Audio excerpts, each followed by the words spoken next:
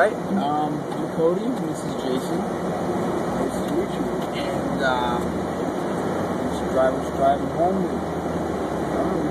We watched a couple of really cool movies, and we thought we would just, on the ride home, just share our thoughts about it. Yes. The first movie was They Live, which was directed by John Carpenter. It had, I forget his name. Oh no, it had Childs from The Thing. Yep. Like, I don't remember his actual name. And they had some pro wrestler as the main character. Yep. I don't remember his name. He must have not been that popular in acting because he didn't have a name I really recognized. He didn't really strike out at me. Yeah. It was kind of like... But he did do a good job. Yeah, he was fine. He fit the role very well. Childs, I'm just going to call him Childs. Childs definitely like outplayed him. Yep, totally outplayed him the whole time. Oh, and I wanted to say, that movie, if anybody watches that, it has the best and rawest fight scene I've ever seen in my life. Yeah, that is the closest to a real life fight scene you'll ever see. Him and Childs just don't stop. It was beat the crap out of each other. You could see the emotion in those guys. And they wanted to beat the crap out of each other, and then they became friends after. And it's all over wearing sunglasses. Yes. Wear the fucking sunglasses. It's like, go fuck yourself. It wouldn't stop. Because the whole plot of the movie, actually, you can explain. Alright, so the plot of the movie, it takes place in, it's a modern day setting. Oh wait, spoiler alert. Spoiler alert, okay. Well no, I don't know if this is spoiler. You know people get mad over stuff like that. Alright, it takes place in, a modern day setting. I'd say, well, modern day for the 80s. Yeah, I guess. I'd say between the, anywhere between the 80s to the early 90s, where it takes place in some sort of a major city where, there's a lot of poverty, a lot of consumerism. These are the main themes of the movie. Poverty, oppression, consumerism, brainwashing. Yeah, brainwashing. Subliminal messages. And the main theme is there are these aliens on the planet that control, the human race by, making them constantly, worship money, making them, basically keeping them under control by making them really big consumers. Yes. Keep their mind off everything. And the main character, they don't mention his name at all in the movie, but the main character's name, he's called Nada in the credits. But I don't remember them saying it. Yeah, they never do. I don't remember them. Yeah, he's like a drifter, Yeah, he's a drifter. He starts off with the movie with just a backpacking stop. Yep, and he runs into a group of people that know about these aliens. It's a very small group of people, and they created these sunglasses where if you put them on, you see the world as what it's really, as it's really presented. Yeah, you can see through the billboards. You can see, you can understand, see which humans are aliens and which are, actually humans. Right. For example, like there'd be a really big billboard with like a, there was one for a vacation, and it had a girl in a bikini. Yeah. It was like, go to Jamaica or whatever. And when he put the sunglasses on, it said... it said marry and reproduce. Marry and white. Marry and reproduce. And because in all the magazines, just said like, every page just said like, obey. Yep. Don't question authority. Stuff like that on every page. And the aliens, they look just like humans. But when you look at them with these glasses, they look like, almost like their skin's melted. It almost looks like a person without skin on their face. Yes. I don't really know how to explain it, but and I thought, I don't know, for a little while, I thought it was weird because I didn't know that I wasn't sure if the aliens even knew they were aliens. I didn't know if, because at the beginning of the movie, you're not sure if they're aliens or something, or if he's just looking, or if you look like that when you turn to greed or whatever or something. Yeah. I wasn't really sure, but you end up finding out that it's definitely aliens. Because you see their, them shoot around space and stuff. Kind of cool, yes. So that was the first movie we watched. It's a really good movie and a good ending. I'm not going to spoil it. But the main thing is the themes that they focused on that movie, like poverty, consumerism, how it can affect society, that can be applied to modern day. If you look around, go into a major city, you can see that kind of stuff. How, people basically worship money, and I think that's what they were going for. And I thought it was cool because in the movie they mentioned that it started happening in like the 40s and 50s, which, the aliens started showing up in the 40s and 50s, which in real life is when consumerism really started to get huge. And where big companies and stuff started to take over you know, and, well, not legally monopolizing, but basically monopolizing. Yep. You know, everything, and that's kind of what it's about. And it's, I don't know. It was a cool, I don't know. The movie starts off kind of slow, a little bit. You don't really know what's going on. It's just, I mean, John Carpenter makes really cool music, so you get to listen to that, you know, while it's going on, because John Carpenter's really cool. I like that. I like him. He makes good movies. He doesn't fuck around. It's like, you know how some big blockbuster Hollywood movies are just stupid? They have like a love, you know, side plot. Yep. And basic. Yep. Someone dies, they have like a 5-minute death scene about it. Yep. John Carpenter doesn't do that shit. It's real. He doesn't fuck around. You know, when something bad happens, it happens. You know what I mean? He's not afraid to do something the audience doesn't want to see. Yeah. You know? When John Carpenter makes, if there's a love plot in a John Carpenter movie, it's not a side plot. That's what the movie's about. It's the love plot. Right. Or it's not there at all. I mean, we're not like experts or anything. But just from what we've seen, I mean, like for a good example, like good directors will not let people boss them around. Like Night of the Living Dead. What was his name? George Romero. Right. When he made that movie, it was an independent film, and he wanted to, and it was fine. I mean, he didn't want to change it. But I don't remember, but a big film company was like, oh yeah, this is great, we'll buy it from you, and we'll give you a lot of money to remake it, but you have to throw in a love side plot. And he was like, no. Oh yeah, and they wanted him to change the lead actor to a white guy instead of a black guy. Yeah, I'm extremely happy he kept that. Yeah, right, because that movie would have been just like every other fucking movie. Yes. If they didn't do that. And that's why, you know, movies like, you know, They Live are so awesome. Because he didn't fuck around with it. He kept it just the way he wanted to. Yep. And it was cool. I mean, there was a lot of parts where you really didn't know what was going to happen, didn't know what was going on. It was a little slow at times, but the action was really cool. And that fight scene he was talking about was really cool. Like, look it up. Like, go on YouTube. It's got to be there. You know, I mean, they beat the shit out of each other for like 10 minutes. Oh, and you think it's over like 4 different times. They just keep going. Oh, and that Duke Nukem line that everyone quotes, it actually stems, I don't know if a lot of people know this, it comes from They Live, to my knowledge. Because, yeah, I'm not going to spoil it, but... bubblegum and kick ass. Yep, that's from They Live. No, I like that scene, because right when because those sunglasses, like right when he puts them on, he just starts killing everybody.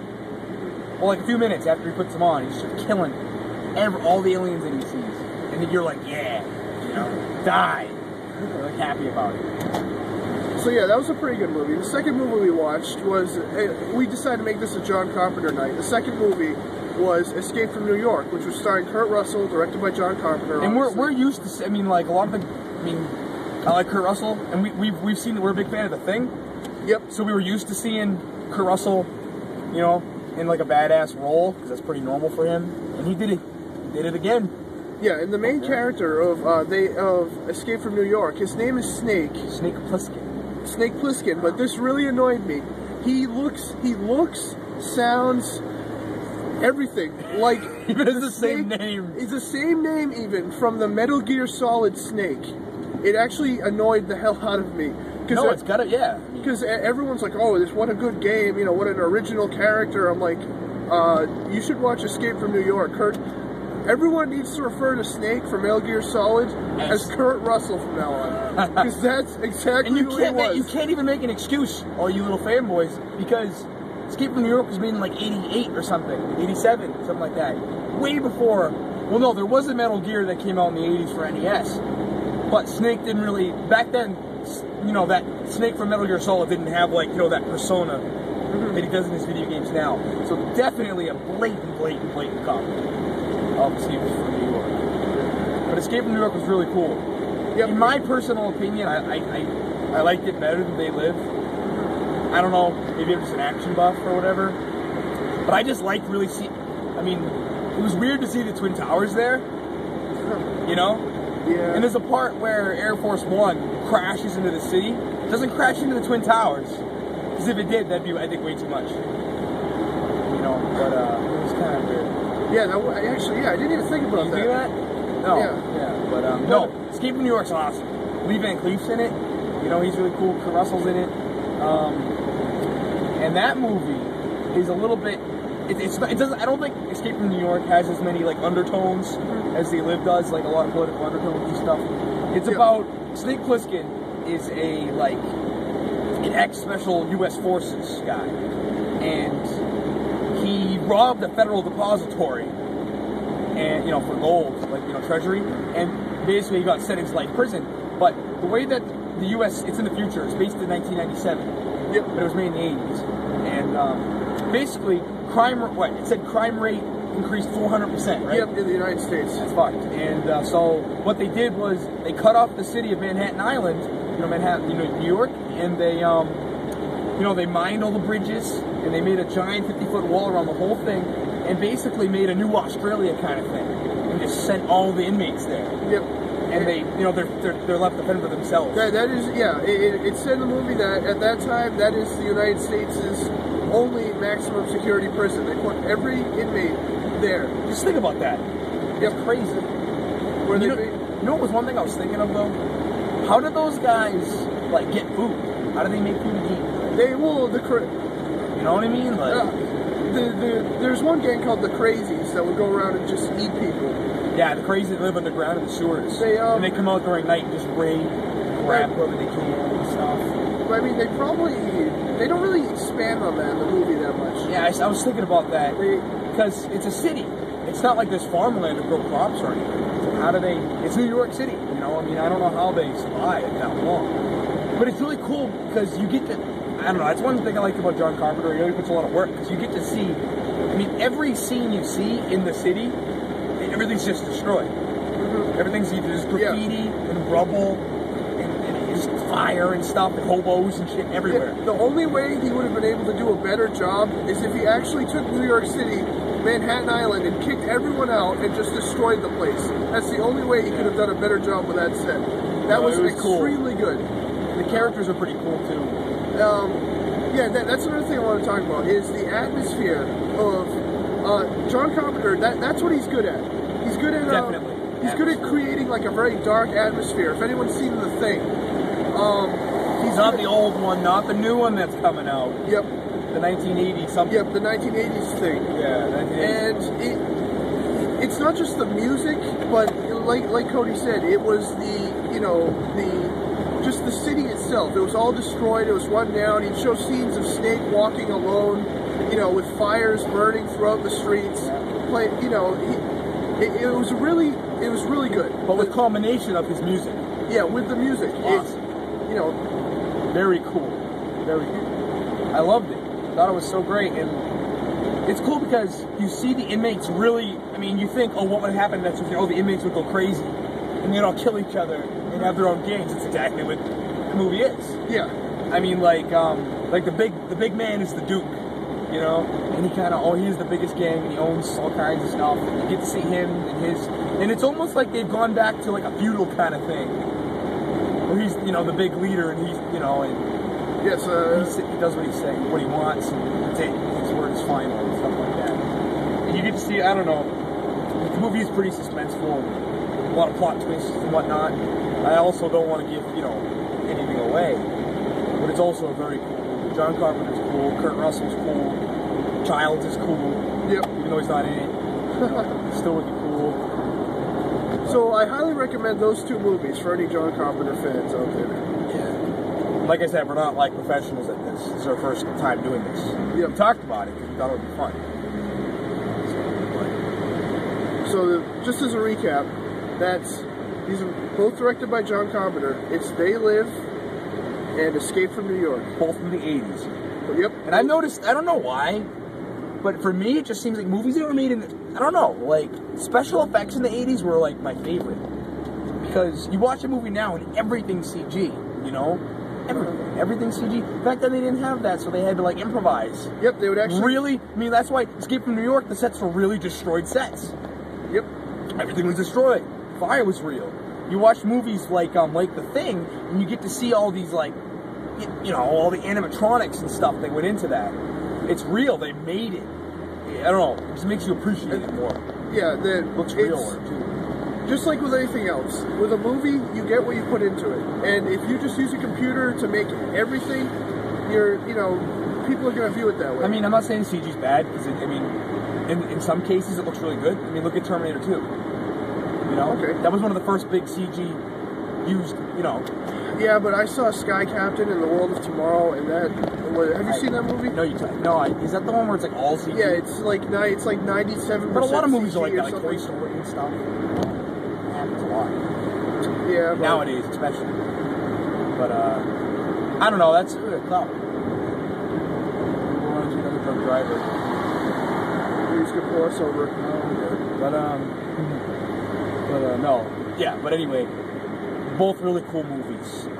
If you want to see a movie with a little bit of meaning behind it that you want to figure out, you want to sit there and you want to figure it out, you know, and really think about it, They Live is good. If you want to see something a little more suspenseful with the action and see something you haven't really seen before, you know, Escape from New York is good for that too. So, but they're both really good. Definitely try them. So take a look at them. This is Jason and Cody. Sign it out. Yeah, we'll try to keep up with this if we can. So, goodbye.